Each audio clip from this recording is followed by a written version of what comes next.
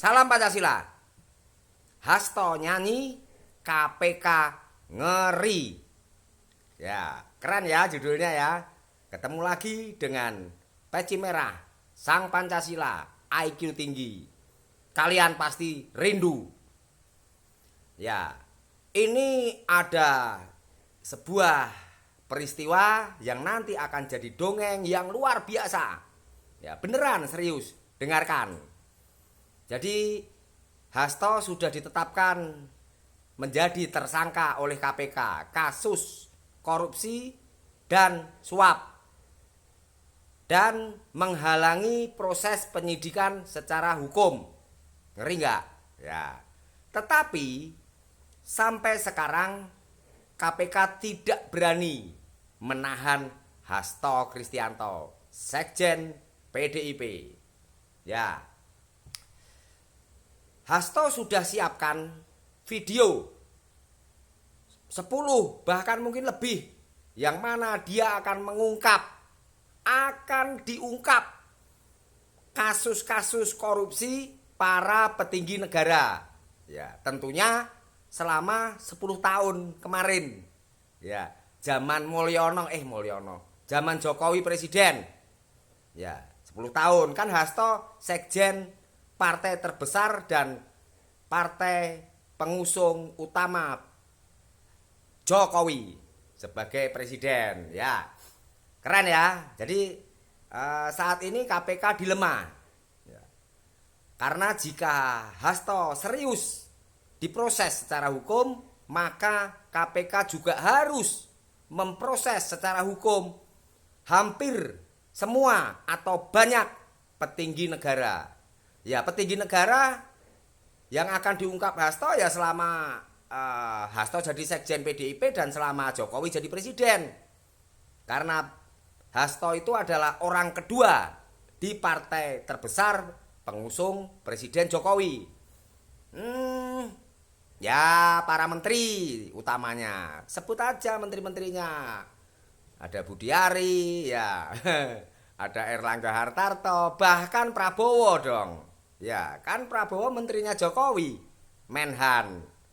Geger nggak kalau sampai itu diungkap oleh Hasto Kristianto? Nah, ya. Nah, saat ini terjadi tarik ulur. Ya, adu kuat. Ya. KPK menunggu. Karena yang pertama, PDIP tidak mengganti Hasto sebagai sekjen. Artinya Hasto dipertahankan tetap sebagai sekjen PDIP. Kenapa? Kalau diganti atau dipecat, Hasto jadi orang biasa. Langsung diproses oleh KPK. Tapi kalau Hasto tetap sekjen PDIP, maka urusannya KPK vs PDIP. Ya, bukan pribadi lagi Hasto. Gitu, paham kan? Nah, ini tak ajarin kamu supaya ngerti tentang tarik menarik, ya, sandera menyandera, ya, ancam mengancam. Nah, ini adu kuat.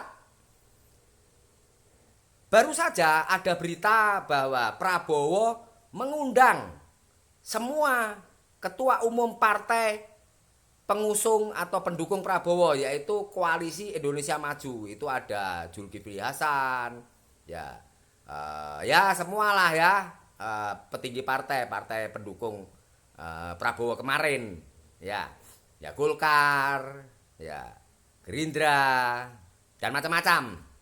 Ya, jadi saya hanya mau memberitahu agar kamu tahu, mudah tahu. Ya, ini pertarungannya. Jadi KPK kita lihat berani menahan Hasto enggak?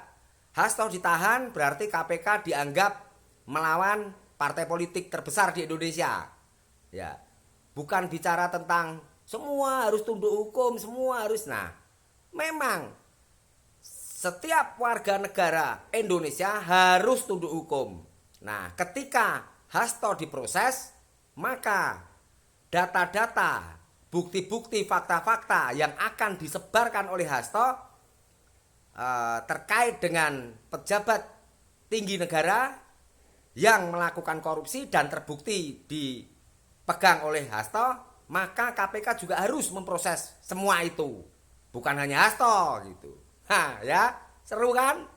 Ya, jadi nanti kalau Hasto ditahan KPK, diproses.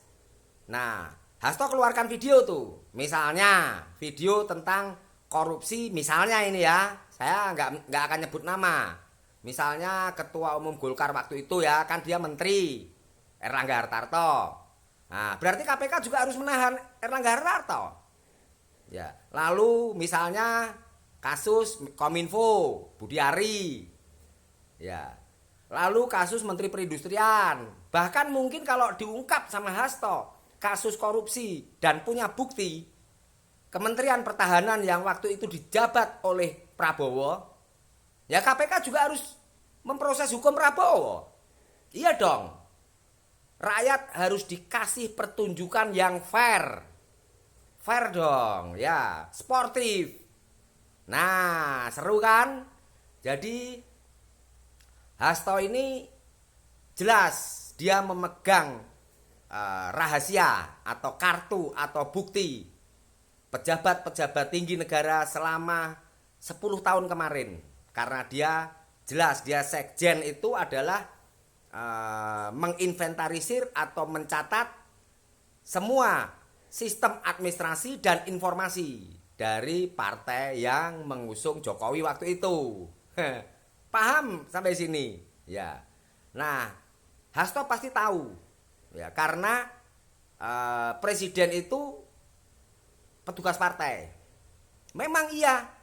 Ya, karena dia telah menggunakan jasa kendaraan politik yaitu partai politik waktu itu PDIP, maka dia harus tunduk pada pemilik kendaraan itu.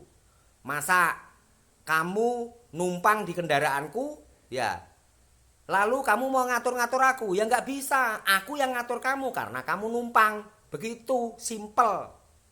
Ya, jadi waktu itu sebelum berseberangan, sebelum merasa saling tersinggung, ya, lalu bertengkar, tentunya mereka akrab. Ya, nah saat akrab itu tentunya info-info kan diberikan. Karena info di seluruh Indonesia itu ada di presiden. Ya.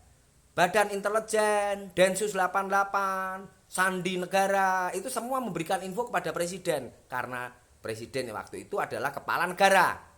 Ya, itu wajib. Maka saya yakin Hasto pasti pegang kunci. Siapa saja pejabat tinggi negara selama 10 tahun kepemimpinan Presiden Jokowi kemarin yang telah melakukan kejahatan atau tindak pidana korupsi. Nah, ngeri ya. Ya. Ini akan jadi kasus terbesar sepanjang sejarah. Kalau saya menduga nanti ujung-ujungnya Hasto dibatalkan sebagai tersangka oleh KPK. Ya. Lalu masyarakat akan tertawa.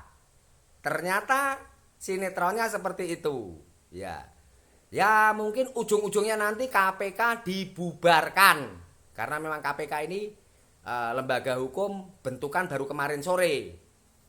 Ya, seperti itu. Nah, jadi kan rakyat saat ini sudah mendapatkan banyak informasi dan rakyat sudah pinter, maka kita tunggu.